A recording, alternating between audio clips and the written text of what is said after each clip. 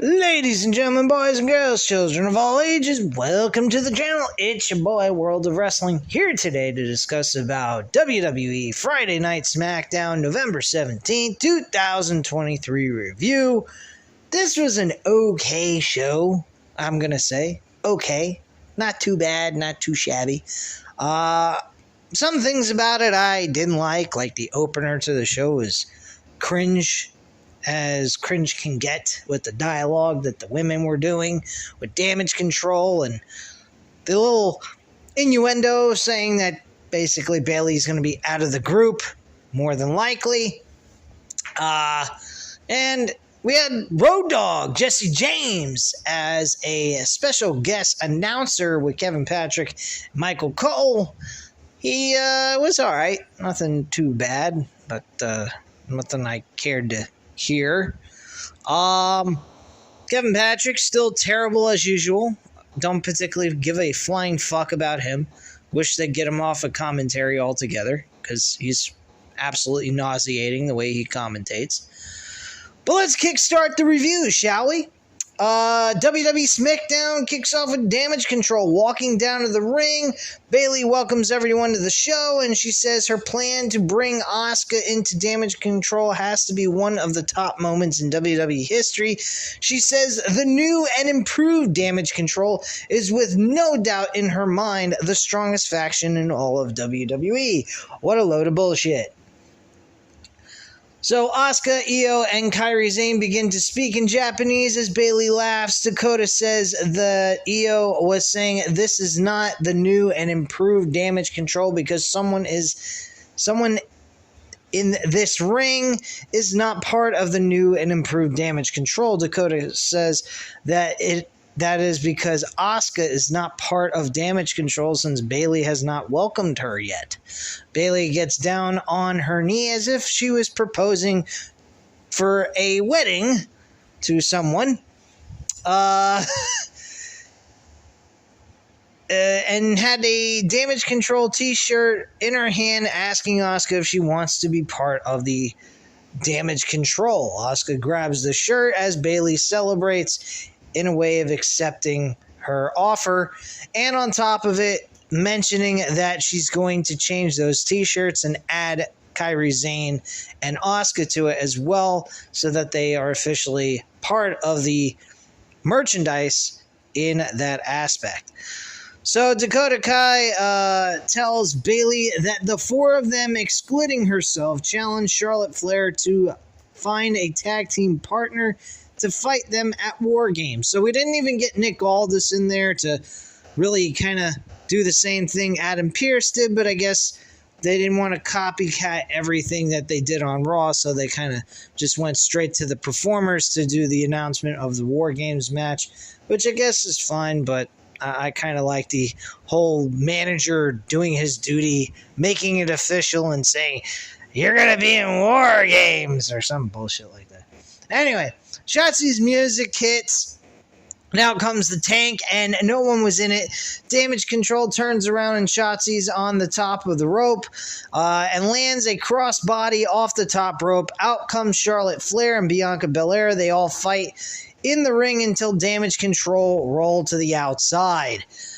We come back from commercial, and we see Shotzi Belair, Chelsea Blackheart, Bianca Belair, and Charlotte Flair backstage. Bianca says they need a fourth member, and she says she thinks Flair knows who that can be. In comes Nick Aldis, who tells them they need to have a fourth member by the end of the night, or it will be a 4-on-3 War Games match. We get a number one contenders tag team match where the winner of this match will be facing the Judgment Day this coming Friday, since it is Tuesday, of course. I'm doing this a little late, but Fridays are one of my worst days to actually watch SmackDown. I hope to God when they get off Fox that they move to a different day, because it'll help me out tremendously in the sense that I got a lot of shit going on a Friday night. So that's why these reviews are done so late and not done at the proper time that the event takes place. So I do apologize. But anyway, we get a number one contender triple threat tag team match Pretty Deadly, Street Profits, and Brawling Brutes go at it. The Street Profits win in a fairly decent triple threat tag team match, excuse me. Street Profits facing the Judgment Day should be an interesting tag team match to basically kind of close out the whole build towards Survivor Series. I'm sure there's going to be shenanigans. There's not going to be a clear-cut winner here, and the Street Profits are probably going to get screwed in this whole situation, thanks to outside interference, possibly. Who knows? Or maybe they'll just lose clean, and that'll be that. And fuck the Street Profits. Anyway, they celebrate, and out comes Bobby Lashley, and they celebrate together. We see Bianca Belair speaking to Michin or Mia Yim, and they shake hands. Nothing special happened there. Back from commercial break, Damage Control are beating up on Mia Yim, and WWE officials break it up. So basically what they did is they beat everybody up backstage that they came in contact with so that they can't get a fourth member. We see clips of last week's show with Santos Escobar attacking Rey Mysterio. This was actually a good segment. Very solid explanation here later on in the show that they give from Santos Escobar, and he looked fucking fantastic in his segment. I absolutely enjoyed his heel turn, what they are doing with him, and basically making him a solo act. He's not bringing his tag team partners that he had with him at the time that he was in NXT. So I thought this was a nice little turn. I think they're doing an excellent job here. I think that the match that Santos Escobar should have at the Royal Rumble should be himself versus Carlito. I think that would be a great matchup. You could do a qualifying match at the Royal Rumble itself. Those two wrestle each other one-on-one in the opener of the show. I'm sure they could pull off a good opener and then have the winner go on to the Royal Rumble, and Rey Mysterio actually appears at the Royal Rumble itself and eliminates Santos Escobar. I think that would be a great way to start that rivalry between those two going into WrestleMania, where these two will compete one-on-one, I believe. So I got some good feelings about that. I think that's the direction they're going to go. They might do the match between those two on Friday Night Smackdown on the go-home show of the Royal Rumble. That might be a possibility. But I really believe these two should go at it for a not a number one contenders match, a qualifying match into the Royal Rumble. And I believe that is going to happen. And we are going to see Santos Escobar, of course, win and then go on to the Royal Rumble and get screwed and eliminated by Rey Mysterio. That's what I think is going to happen. Dragon Lee versus Axiom. I have no idea who the fuck this person is. It was a fairly decent matchup, but Dragon Lee is not getting... I mean, he wins, but we're not getting anything in depth about him. We're just getting really good matches with him on Friday Night SmackDown. 2 matches back-to-back. For the last 2 weeks, we've gotten good production out of him in-ring wise, but we need to see him do something with his character. We need to see some character development. Once we start getting that rolled into what he's doing in the ring, I think we got something going here with Dragon Lee. But so far, it's just good matches with no character development, in my personal opinion. We then get the segment with Santos Escobar. He gets loud boos, genuine loud boos. He doesn't get the so-called audio bullshit track that they throw in there whenever Dominic Mysterio is cutting a promo. He says never to meet your heroes, and his family is full of Lucha Libre heroes, and his hero is Rey Mysterio. He says he wanted the next generation to see him the way he saw Rey Mysterio. Santos says Rey became a father figure to him, and he made him feel at home. But after last week, he realized that he was right. Everything he said about him was right. Dominic was right about his own father. He says that Dominic basically said that he was a traitor and so forth. He says he deserved to be the United States champion at one point. He had a knee problem, so Ray took his place at that time. I knew that was going to play a huge factor into the situation of those two having a problem. I mean, he was taking a back seat while Rey Mysterio was hogging up the glory. If you really look at it, you kind of can lean towards Santos Escobar in this situation, because at the end of the day, Ray shouldn't have wanted to take that spot away from him. He should have just taken this seat back. He's had enough glory in his career. He should have went ahead and said, look, Santos, just take the match at a later time when your knee heals up and go after the title at that point and not worry about it right now. That's something they could have that's something Santos could have said in this promo that unfortunately left that out. I think that would have been a very good add-on dialogue to throw in here to make it even more reasonable for Santos to feel the way he did.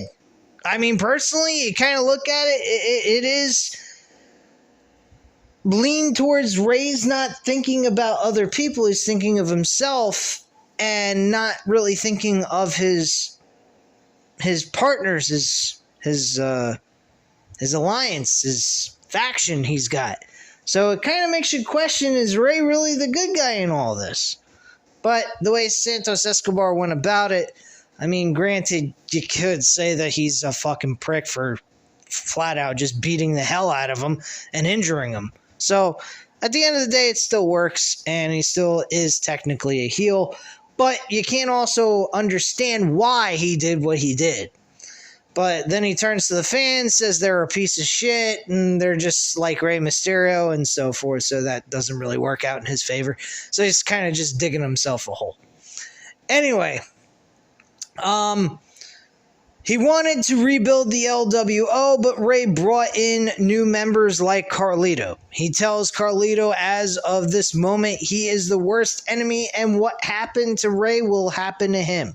He says Ray sided with an outsider like Carlito over him, which made him very upset. He tells Ray all of this pain Ray is suffering, he hopes it reminds him in how he felt when Ray betrayed him.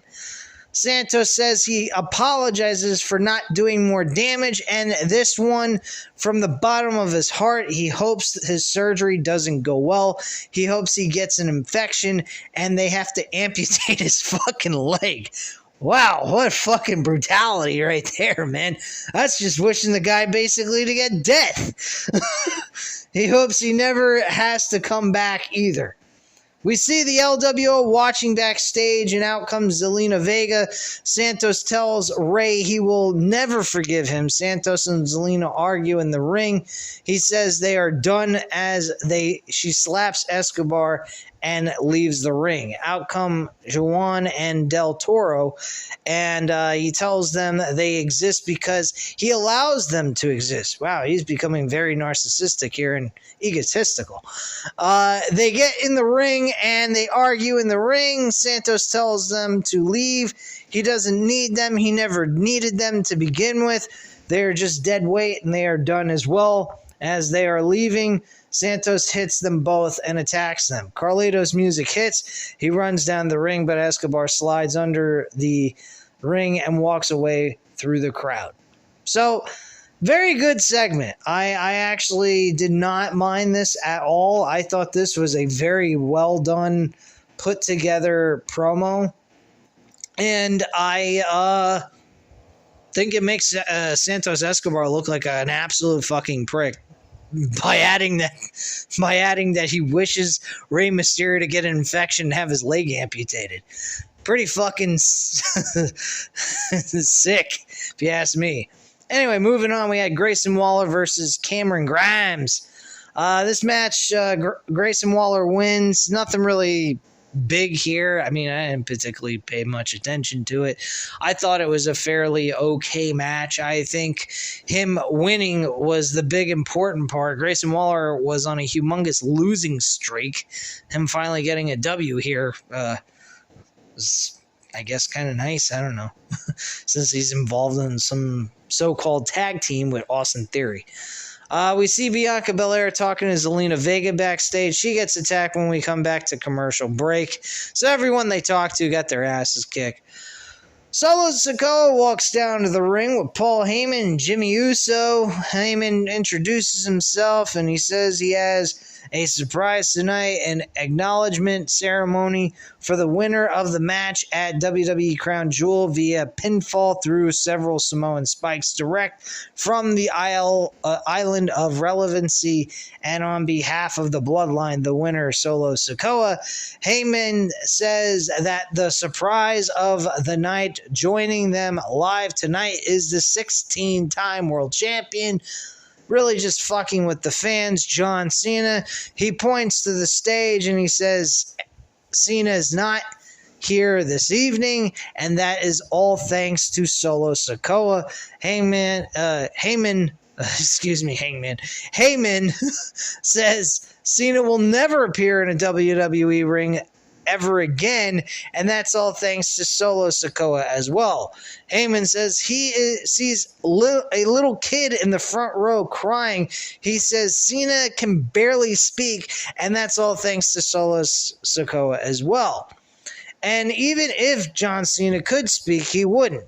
Cena has hustle, loyalty, respect, love, and admiration for every fan, but Cena does not have the heart to say goodbye to the C Nation or the WWE Universe, so Heyman says he'll take it upon himself to say goodbye to John Cena and goodbye to the fans for John Cena on behalf of their tribal chief Roman Reigns, Jimmy Uso, Solo Sikoa.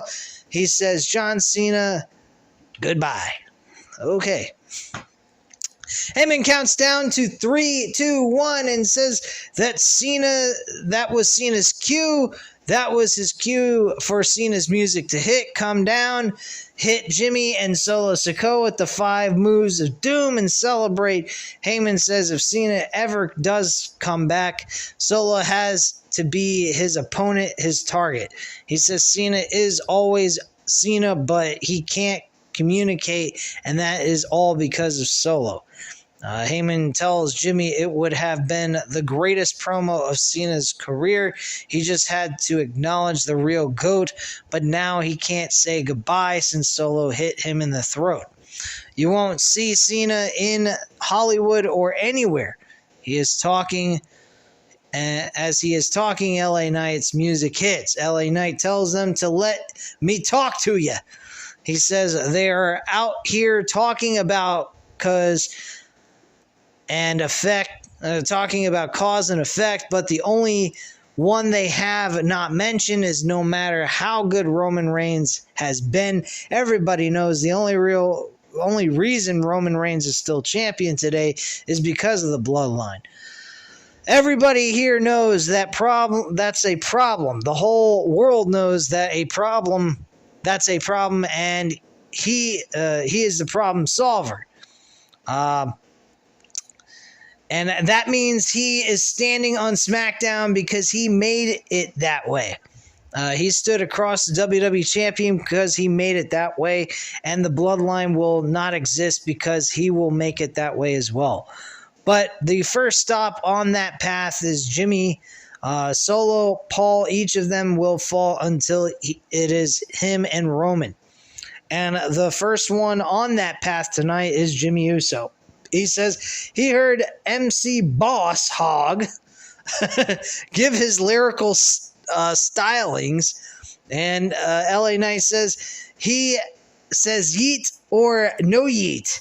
Jim is him, but Jim going to be real dim after all the drama, and he meets BFT and blunt force trauma. Yeah, LA Knight says, and by the end of the night, or by the end of it, they will be saying LA Knight. Yeah. So we come back from commercial break. We got LA Knight and Jimmy Uso being the last match to close the show in wrestling. This was fun for what it was. I mean, we didn't technically... We did have a winner. Jimmy goes for a clothesline, but LA Knight hits him with the BFT and goes for the cover and gets the pin for the 1, 2, 3. Solo's music hits after the match, and he walks down. Jimmy hits a LA Knight from behind, and LA Knight falls to the outside of the ring. Solo hits him with the Samoan spike. Solo clears the announce table, and Jimmy grabs LA Knight. Solo places LA Knight onto the announce table, and Cody Rhodes' music hits. Why Cody Rhodes is here on SmackDown, I have no fucking idea. I mean, he does have issues with the bloodline, but he also has his own thing going on Raw with the War Games match. So why he's even doing anything here makes absolutely no fucking sense, unless we're leading to a triple threat match at the WrestleMania 40 pay-per-view, which, God help me, I don't want to see that. I either want to see one or the other to face Roman Reigns and win. Because seeing them both compete over the title is just stupid.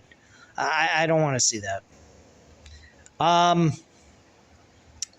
So they both stand tall in the ring after Solo Sikoa and Jimmy Uso are kind of walking away and retreating. We see Charlotte Flair telling Bianca Belair and Shotzi that she called her, but she doesn't know if she will make it on time. Blah, blah, blah. Nick Aldis and Cody Rhodes are backstage. Aldis tells him he has to go as Cody apologizes and leaves. Okay, big fucking deal there. I'm sure there's a foreshadowing for that for the future storylines. So basically, we get to the point where we're supposed to announce the fourth member of Bianca Belair's team, and of course, it's Becky Lynch, Charlotte Flair's ex-friend, which maybe they amends their problems and now they're best friends again. I have no fucking idea, nor do I give a flying shit. But with all that being said, Becky Lynch shows up and they pretty much get the upper hand here. And the babyface characters are standing tall in the middle of the ring at the end of this episode, and they're pretty much beating the shit out of each other when the show goes off the air. So that's pretty much it. That is the entire review in a nutshell. If you enjoyed this review, by all means, hit the like button if you enjoyed the video. Hit the subscribe button if you're not already subscribed to the channel, and leave a comment down below. I'll definitely get back to you on that. Thank you guys very much for watching. Have a great night, and I will be back with another review for Monday Night Raw from last night. So, stay tuned, and I'll speak to you again soon. Bye.